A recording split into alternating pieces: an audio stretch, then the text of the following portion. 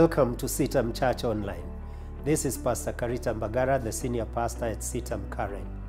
Today, I want us to talk about commitment, and I want us to illustrate it from a story that is told from the book of John, chapter 21, from verse 1 to verse 14.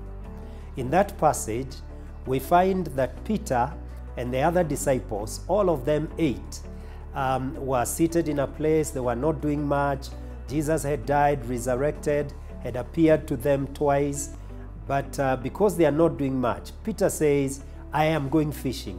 And the rest of the people are influenced and they follow Peter to go fishing. And when they go fishing, they fish apparently throughout the night and they do not catch anything. In the morning, while they are still at the sea, they see a figure of a person standing at the shore, and it turns out to be Jesus. And he asks them, friends, have you caught any fish? And they say, no, we have not caught anything. Then they are told, throw your nets to this particular side of the boat. And when they do that, they are able to catch 153 large fish. And they bring it out. I'm summarizing the story for you.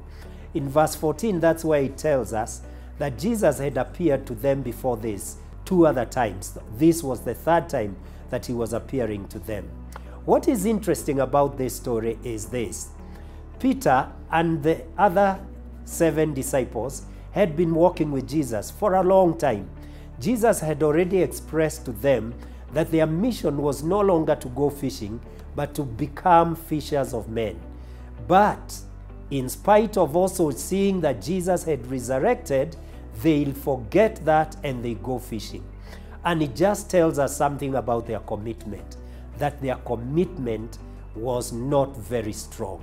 They had been with Jesus, but when the Lord is not present, they take off. And that is true of many of us, that many a times we are committed to the Lord for a short season, but something happens and maybe the Lord is not, or we are not feeling the presence of the Lord, and then off we go and we forget our commitment to the Lord. The other thing that I want us to notice is this, that when you are not with the Lord, you will not be very effective, even in something that you know very well. Before Peter is invited to become a disciple of Jesus, he was a fisherman. But in this occasion, when he goes out fishing, having abandoned the mission that he has been given by the Lord, he is not very effective. They caught nothing. Professionals that are not very effective. But when Jesus appears and tells them what to do, they become, very effective. They catch 153 big fish that they bring out. To say that when we walk with the Lord, we will be much more effective than when we run off and we are all alone by ourselves. We need to keep the company of the Lord. The 3rd thing that I want to point out from this story is that when Jesus is standing near them, they are not able to recognize Jesus. And I want to say that when we are on our own, when we have run away from the Lord, we will not be able to recognize that God is near us.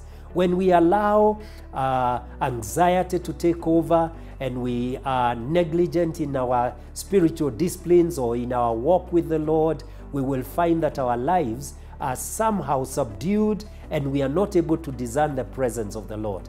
Now, the disciples had walked with Jesus for only 3.5 years. I don't know, some of us have been walking with the Lord for decades, maybe 20 years, maybe 30 years. But there are those moments that you behave exactly like these people, and you are in a place where you're not sensing the presence or the presence of the Lord. I want to encourage you that since the Lord called you, he will never, take off. He is always near you. And if you open your eyes, you will find that he is working around or just near you, and he is working for your good.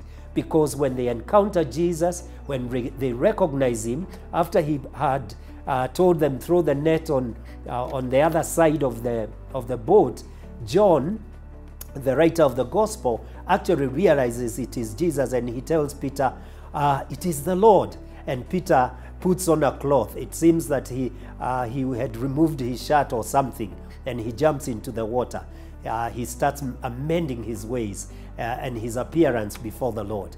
And yes, when they get to the shore, they find that Jesus had made breakfast for them. There was bread and there was fish for them. And I want to say, that's God.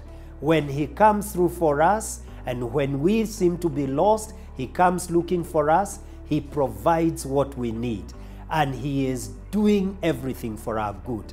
I also want to add this, that it is Jesus who comes looking for the disciples. In the same way, the Lord is looking for you. I don't know how far you are or what you are doing, but I want to tell you, if you are keen and you are silent and you observe, you will find that God is very, very close to you, and he's waiting on you to respond to him. And he will provide that which you've been toiling for a long time, and not just give you what you are toiling for, but ready-made, because the fish was already roasted or cooked for them. What they got was not cooked, and God is just like that. He likes blessing his people and blessing them abundantly. Will you respond to God by asking him, Lord, I've been lost, but I thank you that you never gave up on me. You want to draw me back. I want to recommit my life to you. As you do this, you'll find the Lord will answer your prayer. God bless you. Let me hear what you think using the social platforms that are listed below. And if you like what I have said, please let it be heard by somebody else by you sharing and making your friends also be blessed. Thank you.